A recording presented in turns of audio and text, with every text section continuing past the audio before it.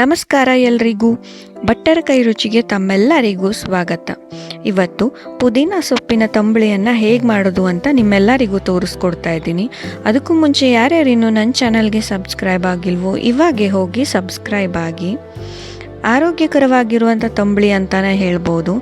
ಪುದೀನ ಸೊಪ್ಪನ್ನು ಸೇವಿಸೋದ್ರಿಂದ ನಮ್ಮ ಜೀರ್ಣಕ್ರಿಯೆಗೆ ತುಂಬಾ ಹೆಲ್ಪ್ ಆಗುತ್ತೆ ಅಂತಲೇ ಹೇಳ್ಬೋದು.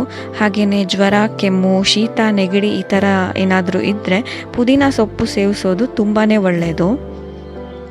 ಇಲ್ಲಿ ನಾನು ಒಂದು ಸ್ವಲ್ಪ ಪುದೀನ ಸೊಪ್ಪನ್ನು ತೊಗೊಂಡಿದ್ದೀನಿ. ಒಂದು 15ರಿಂದ 20 ಎಲೆ ಇದೆ. ಸ್ವಲ್ಪ ದಂಟನ್ನು ಕೂಡ ಹಾಕಬೇಕಾಗತ್ತೆ. ಮೊದಲನೇದಾಗಿ ಒಂದು ಪ್ಯಾನನ್ನು ಬಿಸಿ ಮಾಡೋಕ್ಕೆ ಇಟ್ಟು ಸ್ವಲ್ಪ ಎಣ್ಣೆಯನ್ನು ಹಾಕ್ತಾಯಿದ್ದೀನಿ.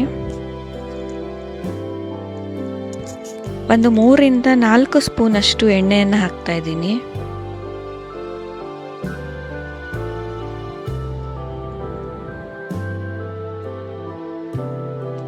ಇದಕ್ಕೆ ಇವಾಗ ನಾನು 1 ಸ್ಪೂನಷ್ಟು ಜೀರಿಗೆ, ಈ ಜೀರಿಗೆಯನ್ನು ಚೆನ್ನಾಗಿ ಫ್ರೈ ಮಾಡ್ಕೋಬೇಕು. ಸ್ವಲ್ಪ ಕೆಂಪಾಗೋ ಥರ ಇದನ್ನು ಫ್ರೈ ಮಾಡ್ಕೋಬೇಕು.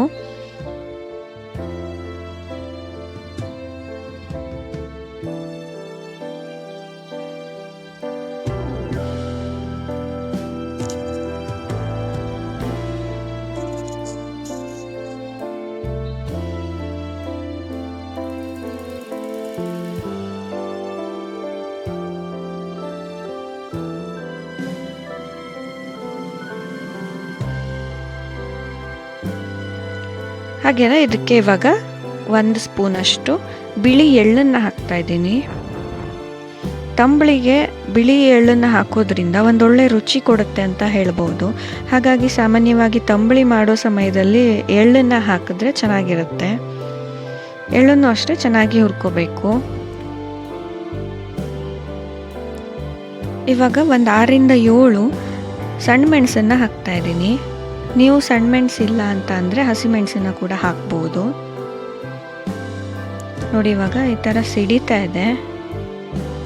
ಲಾಸ್ಟಲ್ಲಿ ಪುದೀನ ಸೊಪ್ಪನ್ನು ಹಾಕ್ಕೊಳ್ತಾ ಇದ್ದೀನಿ. ಇದನ್ನು ಮೊದಲೇ ಹಾಕೋಕ್ಕಿಂತ ಲಾಸ್ಟಲ್ಲಿ ಹಾಕಿ ಒಂದು ಸ್ವಲ್ಪ ಫ್ರೈ ಮಾಡಿಕೊಂಡ್ರೆ ಸಾಕಾಗತ್ತೆ ಪುದೀನ ಸೊಪ್ಪನ್ನು. ನೋಡಿ, ಈ ರೀತಿ ಆಗಿದೆ ಇವಾಗ ಪುದೀನ ಸೊಪ್ಪು.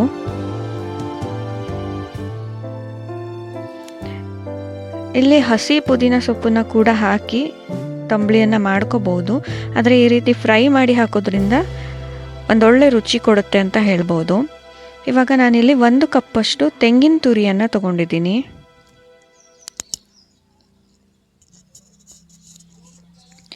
ಇದಕ್ಕೆ ರುಚಿಗೆ ತಕ್ಕಷ್ಟು ಉಪ್ಪನ್ನು ಹಾಕಬೇಕು.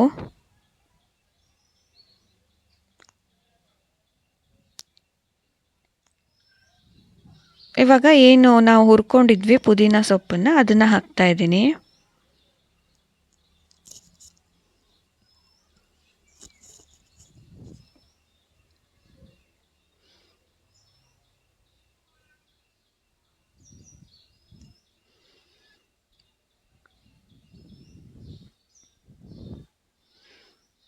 ಇವಾಗ ಇದಕ್ಕೆ ಎಷ್ಟು ಬೇಕೋ ಅಷ್ಟು ನೋಡಿಕೊಂಡು ನೀರನ್ನು ಸೇರಿಸಿ ಇದನ್ನು ಚೆನ್ನಾಗಿ ರುಬ್ಕೋಬೇಕು. ನೈಸಾಗಿ ರುಬ್ಕೋಬೇಕು. ಇದನ್ನು ತರಿಯಾಗಿರಬಾರ್ದು. ನೋಡಿ, ಇವಾಗ ರುಬ್ಕೊಂಡಾಗಿದೆ. ಇವಾಗ ಒಂದು ಪಾತ್ರೆಗೆ ರುಬ್ಕೊಂಡಿರೋವಂಥದ್ದನ್ನು ಈ ರೀತಿ ಸೋಸ್ಕೋಬೇಕಾಗತ್ತೆ. ನೋಡಿ, ರಸವನ್ನಷ್ಟೇ ಸೋಸಿ ಆ ಜಿಗುಟನ್ನು ತೆಗೆದು ಬಿಡಬೇಕು. ಕಾಯಿ ಜಿಗುಟನ್ನು ತೆಗೆದು ಬಿಡಬೇಕು. ಸೊ ಈ ರೀತಿ ನೀರು ಹಾಕಿ ಇದನ್ನು ಸೋಸ್ಕೋಬೇಕಾಗತ್ತೆ. ತಂಬಳಿಯನ್ನು ಆಗಾಗ್ಗೆ ಸೇವಿಸ್ತಾ ಇರಬೇಕು. ಯಾಕೆ ಅಂದರೆ ನಮ್ಮ ದೇಹದ ಉಷ್ಣತೆಯನ್ನು ಸಮತೋಲನದಲ್ಲಿ ಇಡೋಕ್ಕೆ ತಂಬಳಿ ಹೆಲ್ಪ್ ಮಾಡುತ್ತೆ ಅಂತ ಹೇಳ್ಬೋದು. ಹಾಗೆಯೇ ದೇಹಕ್ಕೆ ಕೂಡ ತುಂಬಾ ತಂಪು. ನೋಡಿ, ಇವಾಗ ಸೋಸ್ಕೊಂಡಾಗಿದೆ.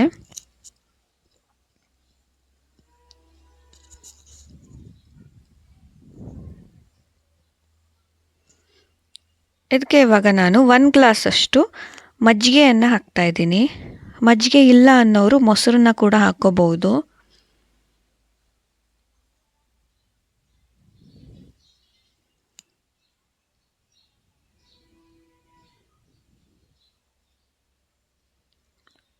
ಹಾಗೆಯೇ ಇದಕ್ಕೆ ಬೆಲ್ಲದ ಪುಡಿಯನ್ನು ಹಾಕ್ತಾಯಿದ್ದೀನಿ, ಸ್ವಲ್ಪ ಬೆಲ್ಲದ ಪುಡಿ. ತುಂಬ ಸಿಹಿ ಆದರೆ ಚೆನ್ನಾಗಿರಲ್ಲ, ಹಾಗಾಗಿ ಸ್ವಲ್ಪ ಹಾಕಬೇಕಷ್ಟೆ.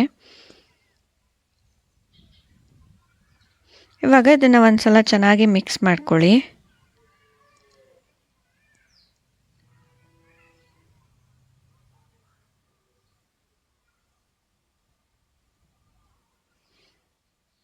ಇದಕ್ಕೆ ನೋಡಿಕೊಂಡು ಮತ್ತೆ ನೀರು ಬೇಕಿದ್ದರೆ ಸೇರಿಸ್ಕೋಬೋದು.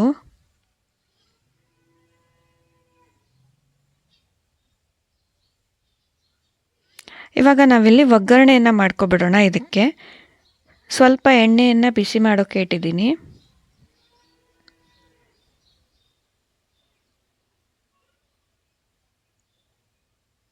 ಇವಾಗ ಎಣ್ಣೆಗೆ 1 ಸ್ಪೂನಷ್ಟು ಸಾಸಿವೆ,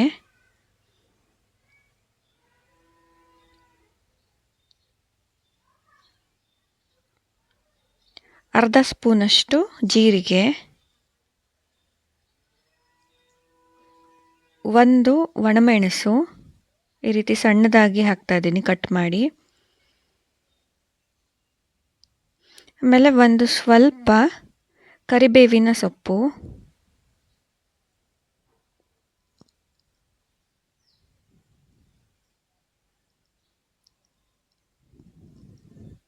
ಇದೆಲ್ಲ ಇವಾಗ ಚೆನ್ನಾಗಿ ಸಿಡಿಬೇಕು.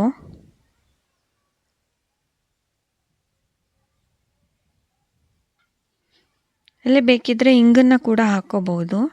ಇವಾಗ ಒಗ್ಗರಣೆಯನ್ನು ತಂಬಳಿಗೆ ಹಾಕಿಬಿಡಬೇಕು.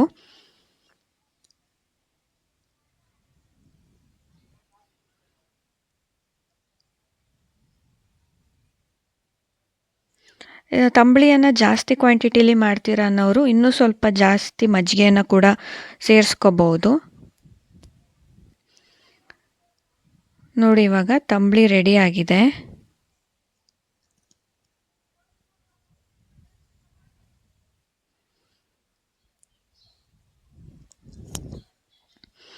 ಬಿಸಿ ಬಿಸಿ ಅನ್ನಕ್ಕೆ ತಂಬಳಿಯನ್ನು ಹಾಕ್ಕೊಂಡು ಊಟ ಮಾಡ್ತಿದ್ರೆ ಆಹಾ, ತುಂಬಾ ಚೆನ್ನಾಗಿರುತ್ತೆ. ಪುದೀನ ಸೊಪ್ಪಿನ ತಂಬಳಿಯನ್ನು ನೀವು ಟ್ರೈ ಮಾಡಿ, ಹಾಗೆಯೇ ಹೇಗಾಗಿದೆ ಅಂತ ನನಗೆ ಕಮೆಂಟ್ ಮಾಡಿ ತಿಳಿಸಿ. ಈ ವಿಡಿಯೋ ನಿಮ್ಮೆಲ್ಲರಿಗೂ ಇಷ್ಟ ಆಗಿದೆ ಅಂದ್ಕೊಳ್ತೀನಿ. ಇಷ್ಟ ಆಗಿದ್ದರೆ ಲೈಕ್ ಮಾಡಿ, ಶೇರ್ ಮಾಡಿ, ಹಾಗೆಯೇ ಸಬ್ಸ್ಕ್ರೈಬ್ ಮಾಡೋದನ್ನು ಮರಿಬೇಡಿ. ಇನ್ನೂ ಒಳ್ಳೊಳ್ಳೆ ವಿಡಿಯೋದೊಂದಿಗೆ ನಾನು ಸಿಗ್ತಾ ಇರ್ತೀನಿ. ಅಲ್ಲಿವರೆಗೂ ಥ್ಯಾಂಕ್ ಯು.